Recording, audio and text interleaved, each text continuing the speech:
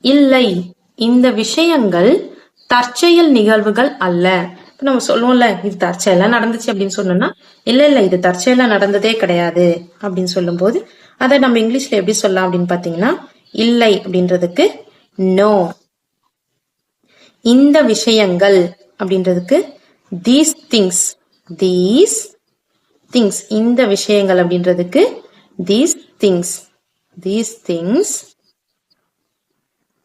திங்ஸ்ன்றது plural, அதனால are. These things are not. அல்ல அப்படின்னு வந்திருக்கு பாத்தீங்களா, இங்க அல்ல வந்திருக்கு பாத்தீங்களா, அதனால நாட் கோஇன்சிடென்ஸ். தற்செயல் நிகழ்வுகள்னா கோஇன்சிடென்ஸ். Coincidence. இன்சிடென்சஸ். தற்செயல் நிகழ்வுகள் அல்ல, not coincidences. No, these things are not coincidences.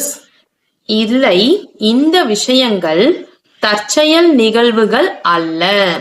அடுத்து, புறா சமாதானத்தின் சின்னம். புறா நம்ம சமாதானத்தின் சின்னமா சொல்லுவோம் பாத்தீங்களா, அது இங்கிலீஷ்ல எப்படி சொல்லலாம்னு பாத்தீங்கன்னா, புறா அப்படின்றதுக்கு இங்கிலீஷ்ல dove. The dove is an emblem of peace. சின்னம் அப்படின்றதுக்கு emblem.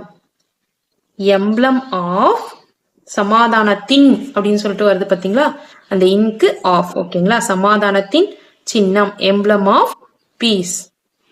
emblem of peace. The dove is an emblem of peace. புறா சமாதானத்தின் சின்னம். ஆன்லைன்